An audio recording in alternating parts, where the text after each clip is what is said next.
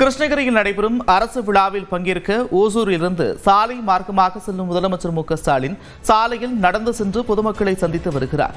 இது தொடர்பான கூடுதல் விவரங்களோடு இணைக்கிறார் செய்தியாளர் தினேஷ். விவரங்கள். சென்னையில் இருந்து தனி விமானம் மூலம் ஓசூர் வருகை தந்த தமிழக முதலமைச்சர் அவர்கள் கிருஷ்ணகிரியில் நடைபெறும் அரசு நலத்திட்ட உதவிகளுக்கு உள்ளிட்ட பல்வேறு நிகழ்ச்சிகளில் கலந்து கொள்ள உள்ளார். இந்நிலையில் ஓசூரிலிருந்து தற்பொழுது கிருஷ்ணகிரி வந்தடைந்த முதலமைச்சர் கிருஷ்ணகிரியின் செங்கல் சாலையில் இருக்கக்கூடிய செங்கல் சாலையில் சாலை வாரமாக பயணிகளை பார்த்து அது மட்டும் இல்லாமல் கட்சி நிர்வாகிகள் உள்ளிட்ட பொதுமக்களை சந்தித்து வருகின்றனர். தொடர்ந்து சென்ட்ரல் தியேட்டர், தாலுகா அலுவலகம் உள்ளிட்ட பகுதிகளில் ரவுண்டானாவில் கட்சியினர் சந்தித்து அதன் பிறகு அரசு ஆடவர் கலைக்கல்லூரியில் நடைபெறும் அரசு நிகழ்ச்சியில் கலந்து கொள்ள உள்ளார்.